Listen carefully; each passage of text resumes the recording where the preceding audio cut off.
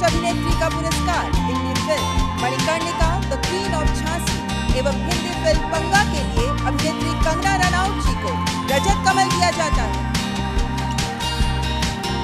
For the outstanding performance as the legendary Jhansi Ki Rani in the film Manikarnika and the depiction of a middle-aged mother coming back to sports facing all odds in the film Panga. I've also co-directed the film. So for me it is a very big opportunity that हम लोगों को पूरी film का ये I think I would like to share this award with the entire crew of my film.